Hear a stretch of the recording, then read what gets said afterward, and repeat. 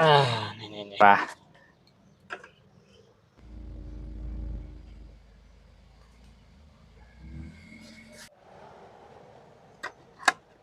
ไอ้นะครับเนาะโอเคเจโดยอ๋อโอ้โอ้แคมนะครับแคมนะครับพ่อแม่พี่น้องนี่โอ้น่ากินขนาดเลยโอ้สุดยอดสุดยอดครับพ่อแม่พี่น้องนี่เลยหน้าตาเป็นอย่างนี้เลยครับสวัสดีครับสวัสดีครับใหม่สุงค่าใหม่สุงพ่อแม่พี่น้องไต้กูก็ FC ทุกท่านทุกคนนะครับวันนี้ผมช่องไต้พุชแนลทำอาหารพื้นบ้านคนไต้นั่นเองนะครับวันนี้ผมจะพาพ่อแม่พี่น้อง FC ทุกท่านทุกคนนะครับป้าพ่อแม่พี่น้องป้านาลงอากูก็ขนอกมาแน่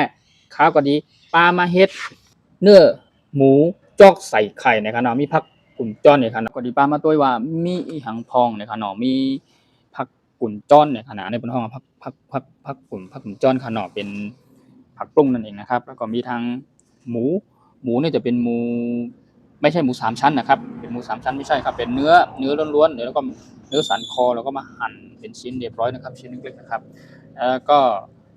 จัดเตรียมวัตถุดิบหลายๆอย่างนะครับเครื่องใช้แล้วก็เครื่องครัวเครื่องใช้แล้วก็นะครับมีโค้กเนาะสำหรับที่ผมจะนำพวกเครื่องไปตำนะครับแล้วก็มีเตรียมกะละมังเนาะกะละมังไว้เขียงแล้วก็เขียงผมให้ดูรอบๆก่อนนะครับอันนี้ก็เป็นใบตองนะครับผมจะจ๊อกหรือห่อเขาเรียกว่าจ๊อกนะครับเนาะต้องใช้ใบตองครับโอเคอันนี้นี่ก็มีตอกมีทั้งตอกเลยตอกไม้ไผ่เพื่อที่จะมัดครับแล้วก็กระปุกกระบอกเกลือนะครับสำหรับที่จะปรุงรสลงไปเนาะโอเคแล้วก็มาดูอันนี้กันต่อนะครับอันนี้ก็เป็นหมูจะเป็นชิ้นหมูแต่ว่าไม่ใช่3ชั้นนะครับเป็นเนื้อชิ้นเนื้อนะครับแล้วก็เราจะมาหั่นชิ้นย่อยๆเล็กๆนะครับขออภัยมาด้วยตอนที่ไม่ได้ถ่ายตอนที่หั่นเนาะโอเคแล้วก็หมูเรียบร้อยแล้วก็มีทั้งหมักพริกนะครับพริกเราจะใช้พริกสุกประมาณจำนวน4 ถึง 5 เม็ดนะครับแล้วก็มีตะไคร้นะครับตะไคร้แล้วก็มีทางต้นหอมผักชีนะครับต้นหอมผักชีแล้วก็มีทางไข่นะครับไข่สำหรับที่เขาติดตอกใส่ในหมูนะครับเนาะมีมะเขือเทศจำนวน2 ลูกครับเนาะแล้วก็มีทั้งผักหอมแดงนะครับเนาะหอมแดงก็ผักหยีเลี้ยงนะครับเนาะพี่น้องคนใต้ห้องหอมแดงจากที่ผมอธิบายหรือว่าแนะนำผักวัตถุดิบว่ามีอะไรบ้างนะครับว่ามีผักอย่างพองที่จะต้องใส่ลงไปนะครับเนาะในการแนะนำมีหมูนะครับ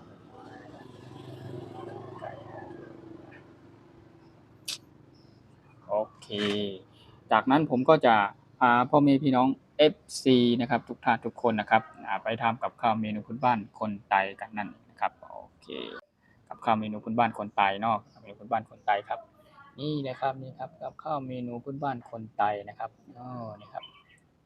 กับข้าวเมนูพื้นบ้านคนไทยนะครับเนาะเมนูพื้นบ้านคนไทยนะครับโอเคอ่ะหลังจากนั้นเราก็จะเตรียมไปปรุงเครื่องปรุงรสว่าใส่อย่างพ้องนะครับเนาะคอยดูและติดตามรับชมกับพ่อแม่พี่น้อง FC เนาะโอเคไปเดี๋ยวไปเตรียมในกะละมังเนาะเดี๋ยวจะเอาหมูใส่ลงไปในกะละมังเอาหมูใส่ลงไปครับเนาะหมูชิ้นหมูใส่ลงไปเนี่ยชิ้นหมูเป็นหมูที่เราหั่นหรือเราซอยเรียบร้อยบางๆนะครับเป็นเนื้อล้วนๆนะครับประมาณนี้แล้วก็ค่อยปรุงเครื่องปรุงรสใส่ลงไปเนาะเครื่องปรุงรสใส่ลงไปครับอันนี้ก็เป็นโคกครับเนาะโคกค่ะโคกที่เราได้ตำกิริยาหรือว่าเราจะตำเครื่องวัตถุดิบนะครับอย่างเช่นขิงแล้วก็ตะไคร้นะครับขิงตะไคร้ครับก็มะเขือเทศพวกนี้นะครับผมก็จะตำลงไปนะครับตำลงไปในโคกนะครับเพื่อที่จะมันหอมๆนะครับออกกลิ่นหอมๆอร่อยๆนะครับโอเคนี่รอสักครู่ซอยขิงเนาะขิง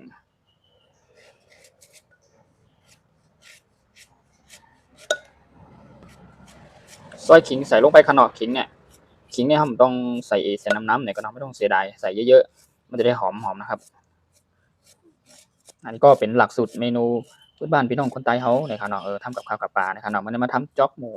จ๊อกเนื้อหมูเต็มวันนี้มันจะหมูสามชั้นนะครับไม่ใช่หมูสามชั้นเป็นเนื้อล้วนๆนะครับจ๊อกหมูใส่ผักปรุงนะครับใส่ผักผมจ้อนนะครับซอยใส่เนาะอันนี้ขิงเนาะเขาก็ติดตำอันนี้ขิงเยี่ยวยากันนะใส่ขิงเยี่ยวยากันตะไคร้เขาก็ใส่ตะไคร้ปลาข้าหอมในขนาดพี่น้องคนใต้ชาวไทยใหญ่ของเขาห้องว่าข้าหอมในขนาดตะไคร้ ใส่ตะไคร้ใส่ลงไปค่ะเนาะแปลงกับข้าวกับปลาเมนูพื้นบ้านคนไต้นะครับไม่ยากครับทำกินเองง่ายๆหรอก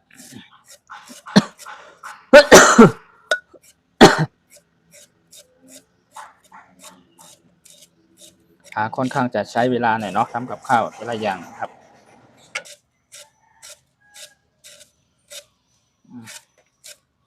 ใส่ตะไคร้ประมาณ1 ถึง 2 ต้นเนาะจากที่ใส่ตะไคร้ลงไปแล้วเนาะแล้วก็จะมีทางอันนี้ด้วยหอมแดงแล้วก็ซอยใส่ลงไป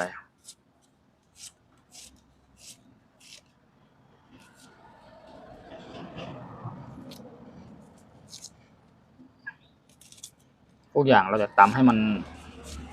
ย่อยให้ละเอียดนะครับไม่ต้องละเอียดมากก็ได้ตำให้มันเข้ากันออกย่อยๆนะ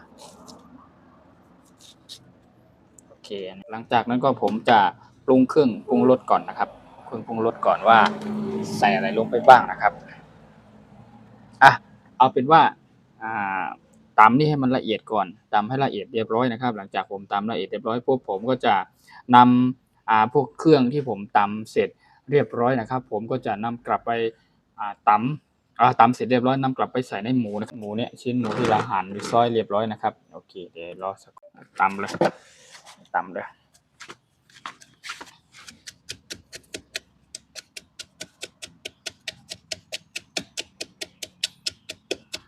ทุกอย่างเราจะต้องตำ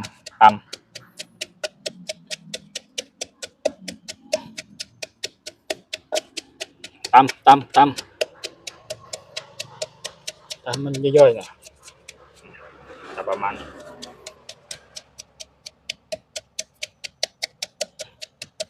หอมตะไคร้หอมขิงนะครับหอมตะไคร้หอมขิงพริกนี่ผมจะไม่ตำลงไปนะครับในส่วนของพริกผมจะใส่ทั้งลูกเลยนะครับทั้ง4ตั้งเป็นเม็ดๆเลยนะครับนี่ตำเรียบร้อยเนาะตอนนี้ตำเสร็จเรียบร้อยขิงแล้วก็ตะไคร้หอมแดงเรียบร้อยนะครับกลิ่นหอมนี่หอมมากเลยครับตำเรียบร้อยตำเรียบร้อยเนาะโอเคผักบุ้งเนี่ยเราล้างเรียบร้อยแล้วใส่ผักบุ้งลงไปเนาะเราไม่ต้องซอยแบบย่อยๆเนาะ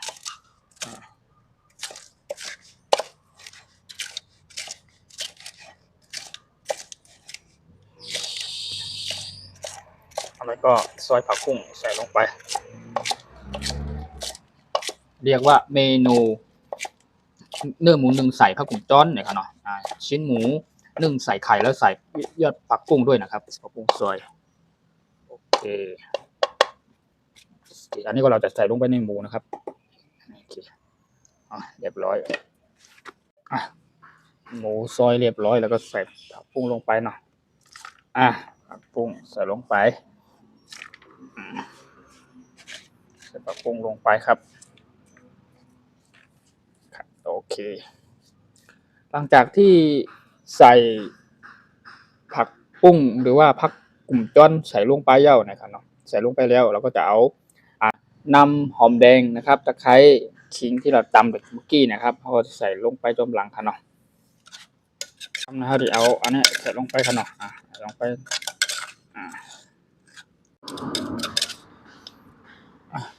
ใส่ลงไปค่ะ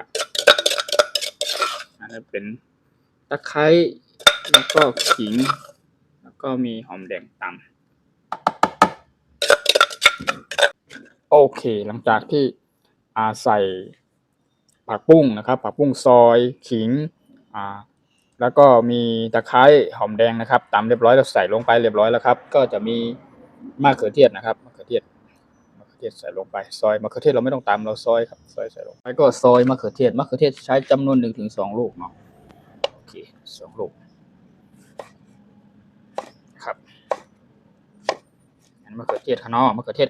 พี่น้องคนใต้ชาวไทยใหญ่ของเราจะเรียกว่ามะเขือส้มนะครับเนาะมะเขือส้มกับเขาเมนูพื้นบ้านพี่น้องคนใต้เขาในชาวไทยใหญ่เขานะครับเนาะสำหรับ FC ท่านใดนะครับที่อยากจะลองทานดูหรือว่าลองทำกินดูวิธีนี้ว่าเป็นกับข้าวหลักสูตรเมนูพื้นบ้านคนใต้ว่ามันจะเป็นอย่างไรรสชาตินะครับหรือว่าอยากลองชิมดูแล้วก็ลองนำกลับไปทำกินดูนะครับก็วิธีการทำก็นะครับตามหลักสูตรที่ผมกำลังพาทำนี้นะครับประมาณนี้นะครับ ใส่มะเขือเทศลงไปค่ะใส่มะเขือส้มค่ะมะเขือส้มนี่ใส่ลงไปค่ะผมมีพี่น้องก็มะเขือเทศหลังจากที่ใส่มะเขือเทศลงไปนะครับใส่มะเขือเทศลงไปเรียบร้อยก็จะมีต้นหอมผักชีต้นหอมผักชีก็ได้ใส่ต้นหอมผักชีค่ะเนาะต้นผักชีเนี่ยต้นหอมผักชีเขาก็ไม่ต้องใส่เยอะใส่สักครึ่งนึงต้นหอมผักชีซอยเนาะผักชีซอยก่อนผักชีซอยเนาะต้นหอมต้นหอมไม่ใส่เยอะๆผักชีแล้วก็ใส่เอาผักชีก่อนผักชีมันใส่เยอะใส่ประมาณนี้เนาะเอาผักชีซอยอันนี้เราล้างครับล้างเรียบร้อยเนาะอันนี้ผักต้นหอมผักชีนะครับซอยจริงๆรากของมันเราจะไม่ทิ้งนะครับรากของต้นหอมผักชีเราใส่ลงไปทั้งหมดเลยมันจะได้หอมๆนะครับรากเนี่ยรากนี่เราไม่ต้องคือไม่ต้องทิ้งนะครับอันนี้ล้างเรียบร้อยไม่ต้องทิ้งหลังจากที่ซอยต้นหอมผักชีนะครับใส่ลงไปใส่ลงไปครับพ่อแม่พี่น้องโอ้เด็ดค่ะอันนี้เกลืออันนี้เป็นเกลือป่นเนาะเกลือป่นแล้วก็ผงชูรสเนาะผงชูรสแป๊บนะไม่ต้องใส่เยอะใส่พอประมาณเนาะโอเคผงชูรสของรสดีใส่ลงไปโอเคแล้วก็จะมีผงถั่วเน่าเนาะผงถั่วเน่านี่เป็นสิ่งที่ขาดได้หลีกเลี่ยงไม่ได้นะครับทุกครั้งการทำกับข้าวเมนูพื้นบ้านคนไทยนะครับจะต้องใส่ผงถั่วเน่านะครับโอเคถั่วเน่านี่ผงถั่วเน่าไทยเนื้อหมูจ๊อกใส่ผักกุ่มจ้อนนะครับเนาะผักกุ่มจ้อนในไข่นะครับนะโอเคกำในเฮาดีใส่อย่างแท่งไปด้วยกันต่อไปก็จะมีน้ำมันหอยนิดหนึ่งในกันเนาะดีใส่ลงไปน้ำมันหอยลงไปนิดหนึ่งเนาะหยดลงไปหอยใส่ลงไปครับเข็มนะครับว่าเป็นน้องพริกนี่เราจะใส่ทั้ง5 เม็ดแบบนี้เลยนะครับทั้ง5 เม็ดแบบนี้เลยไม่ต้องซอยพริกนะครับอีกนะครับน้ำตาลทรายแดงนิดนึงใส่นิดนึงน้ำตาลทรายแดงเรียบร้อยแล้วก็หลังจากที่เราปรุงเครื่องปรุงรสตั้งแต่ตำหอมแดงตะไคร้ขิงนะครับแล้วก็มีทั้งต้นหอมผักชีซอยนะครับมะเขือเทศซอยนะครับใส่ลงไปเรียบร้อยปรุงเกลือชูรสเครื่องปรุงต่างๆนะครับเรียบร้อยแล้วก็ขั้นตอนสุดท้ายก่อนที่เราจะนำหมูหรือว่าชิ้นเนื้อหรือว่าหมูนี่ไปห่อหรือไปจ๊อกนะครับก็จะมีไข่นะครับต๊อกไข่ใส่ไข่เนาะต๊อกไข่ใส่ลงไปครับพ่อแม่พี่น้องไข่ไก่ใส่ลงไปครับแล้วเราใส่ไข่สัก3 ฟองสัก3 ฟอง 4 ฟองก็ได้เดี๋ยวนี่3 ฟองเนาะประมาณ5 ฟองเนาะใส่ลงไปประมาณ5 ฟองใส่ไข่ลงไปโอเคใส่ไข่ลงไปเรียบร้อยหลังจากที่ใส่ไข่อะไรเรียบร้อยแล้วก็เราจะใช้ช้อนคนให้เข้ากันคนให้เข้ากันเนาะเพราะว่าเราปรุงเครื่องปรุงรสเดี๋ยวเรียบร้อยละปรุงเครื่องปรุงรสเรียบร้อยละแล้วก็ปรุงปรุงรสเรียบร้อยคนให้เข้ากันแล้วก็ห่อใบตองเนาะผักชียังเหลือนะใบตองนี่เขาจะไปหุ้มไฟก่อนเนาะไปกอดถ่านแล้วก็หุ้มไฟก่อนมาจ๊อกเนาะต้มหุ้มไฟเนี่ยมันไรเลยครับเนาะกำลังเขาดีใส่ถ่านก่อนเนาะเปิดตาที่หุ้มตองก่อนใส่ถ่านน้ำ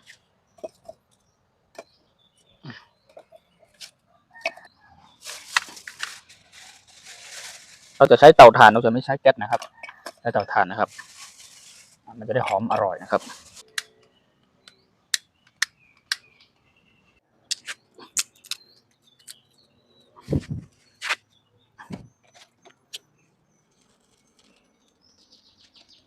เกาะไฟแบบนึง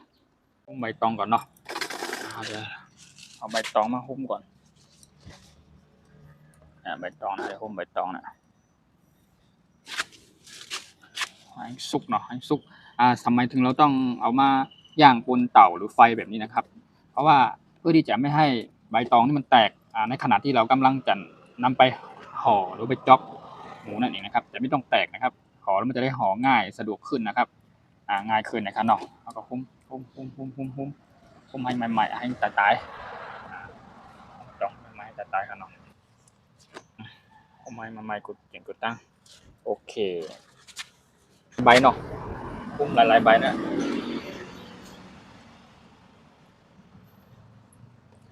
หุ้มหลายๆใบ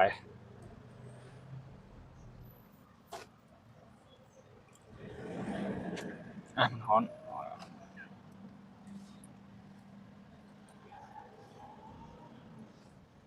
หมูจอกนะครับใจสามจันขนมใจสามจันใส่ไข่ปลาเนี่ยเป็นเนื้อหมูชิ้นเนื้อล้วนๆนะครับจอกใส่ผักกุ่มจ้อนเนี่ยครับใช่ไหมครับ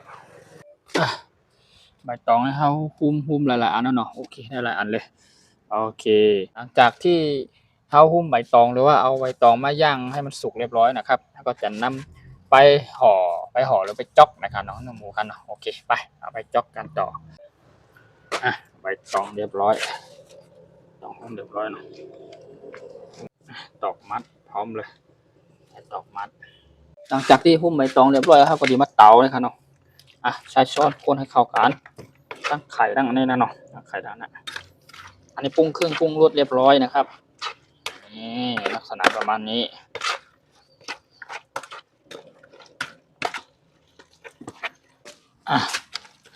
เอาหัวนำกลับไปจอกเนาะ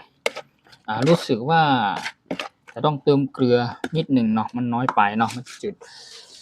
ยังไงเราจะดูก่อนเพิ่มลงไปนิดหนึ่ง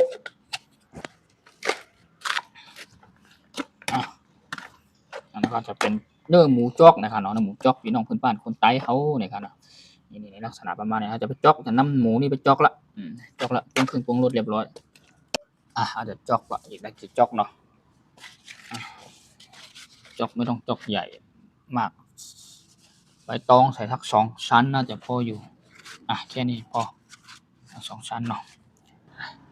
จอกผักปุ้งเราไม่ต้องจอกใหญ่มากครับประมาณนี้ครับ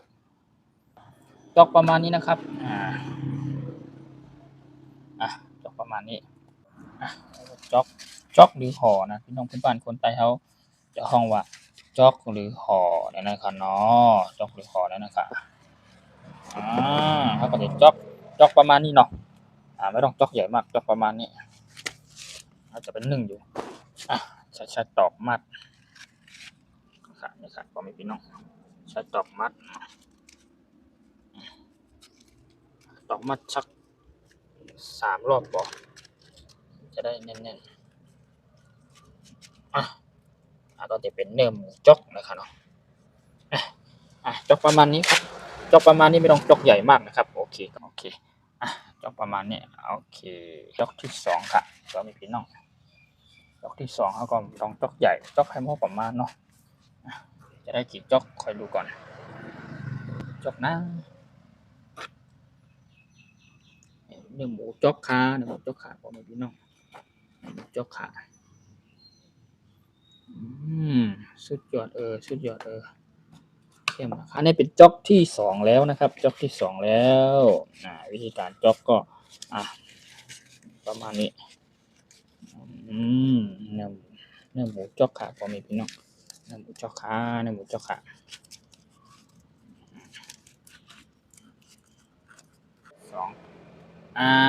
จ็อกที่2เข้มนะครับ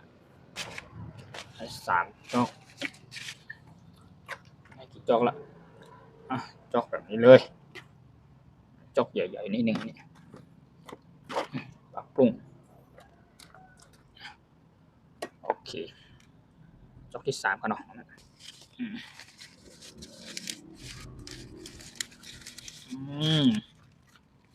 จะได้ประมาณจอกนี้นะ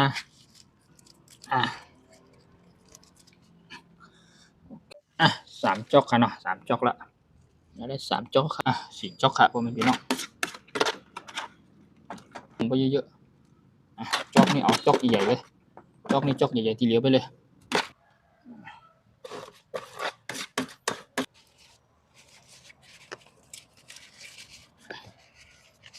อะไรสีจอกค่ะเนาะ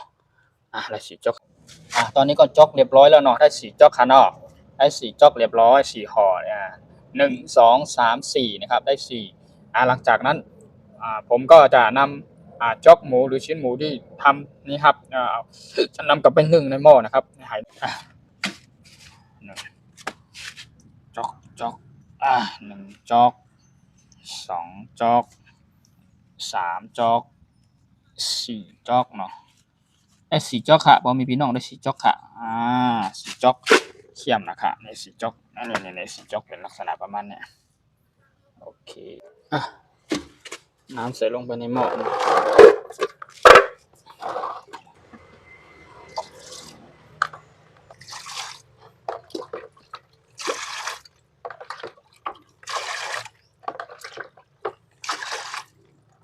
ใส่น้ำเยอะๆหน่อยจะได้สุก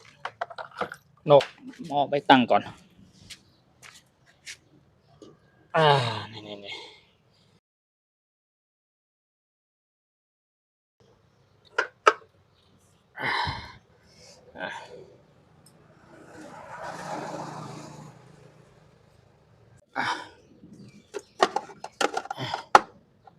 กดปิดฝาเลยอาจจะใช้เวลานะครับใช้เวลานานน่าจะนานพอสมควรอยู่น่าจะประมาณ20 ถึง 30 นาทีครับใช้เวลา1นะครับ1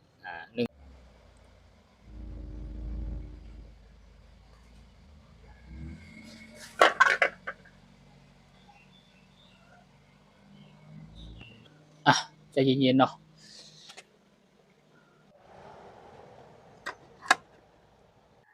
ลองดูก่อนว่าที่สุกต้องมาสุกคุณเนาะใช้ข้าวยำมือนอยู่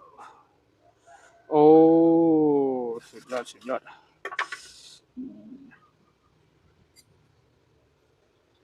โอ้นี่มันถุงตองมันแตกมันหล่นออกมาเนี่ยมันแตกมันหล่นออกมาข้างนอกแค่มาค่ะ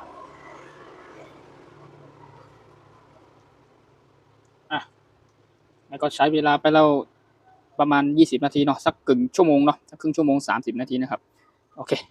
ปิดฝาไว้ก่อนใจเย็นๆโอ้ฮอนก็ฮอนปิ้งโถนเน่าก่อนอาจจะปิ้งโถนเน่าย่างโถนเน่าสักหน่อยไปกินกับข้าวนึ่งหรือว่าข้าวเจ้าก็ได้กินข้าวนึ่งข้าวเจ้าก็ได้น้ำสุกๆเนาะ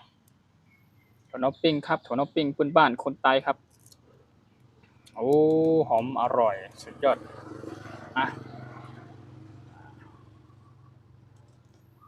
น่าจะสุกแล้วเดี๋ยวเอาลองไป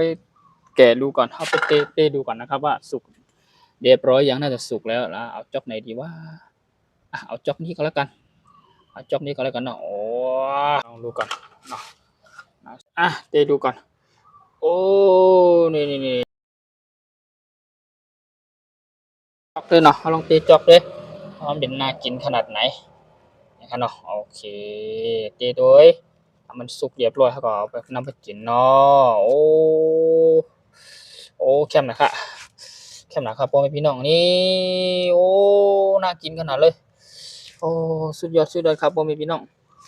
นี่เลยนะตาเป็นอย่างนี้เลยครับโอ้สุกเรียบร้อยครับโอ้สุกเรียบร้อยครับเข้มนะครับมาครับพ่อแม่พี่น้องข้าวนึ่งข้าวนึ่งข้าวนึ่งค่ะน้ำเต้าซุ่งเหียน้ำเต้าซุ่งเย็นๆน้ำซุ่งเย็นๆกินกับมะแตงดีก็มะแตงก็มีเนาะมาได้กินจำเนี่ยแตงในเข้มนะครับโอ้ยเคยลงแตงนะครับเนาะแล้วก็มีทางมีชูนี่นะครับเนาะมีชูเรามีชูเข้มนะครับมีชูฮักกี้ก็กินจำไรเที่ยงฮักกี้ก็รสเข้มนะครับครับได้ใส่ไปกินด้วยกันเนาะผักกาดขาวสักนิดเหรอใช่นะครับทุกคนไม่สูงกูก็คำไม่สูงคณะไม่สูงมีดังข้าวนึ่งปลาเนื้อจอกนะครับเนาะเนื้อหมูจอกนะครับชิ้นเนื้อล้วนๆจอกใส่ล้อผักกุ่นจ้อนนะครับจอกใส่ผักปรุงนั่นเองนะครับแล้วก็มีดังข้าวเหนียวน้ำเต้าซุ้งเย็นๆร้อนๆแล้วก็กินเนี่ยมะเขือพวงมะเขือพวงเนี่ยโอเคมีผักกาดขาวเนาะมะแตง เข้มนะครับพ่อแม่พี่น้องกูก็คาพ่อแม่พี่น้องใต้กูก็คามาทำอาหารพื้นบ้านคนใต้นะครับนะหลักสูตรเมนูพื้นบ้านคนใต้ของเฮานะครับเนาะคนใต้นะครับเนาะเข้มนะครับเจอกันทางไลฟ์สดนะครับผ่านทางไลฟ์สดช่อง YouTube หรือว่าช่อง YouTube ของผมนั่นเองนะครับช่องใต้ผู้ที่เนี่ยทำอาหารพื้นบ้านคนใต้เนาะโอเคถั่วเน่าปิ้งด้วยเราถั่วเน่าปิ้งด้วยเข้มนะครับพ่อแม่พี่น้องใต้กูก็ถั่วเน่าปิ้งด้วยเนื้อหมูจ๊อกกันเนาะหมูจ๊อกใส่ไข่ใส่ผักกุนจ้อนนะครับจะผักกุนจ้อนกับมีแตงนะครับเนื้อหมูปิ้งน้ำเต้าส่งเย็นๆแฮกับเขาวเมนูพื้นบ้านคนใต้เฮานะครับเนาะแคมป์นะครับมาครับพ่อแม่พี่น้อง FC ทุกท่านทุกคนครับเนาะใหม่สูงกูก็ครับใหม่สูงนึ่งข้าวเหนียวชิมดูก่อนเนาะว่าเป็นจะได้เนาะโอ้จ๊อกเนื้อหมูจ๊อกครับเนื้อหมูจ๊อกจ๊อกใส่โอ้ลองชิมดูก่อนอร่อยสุดยอดเลย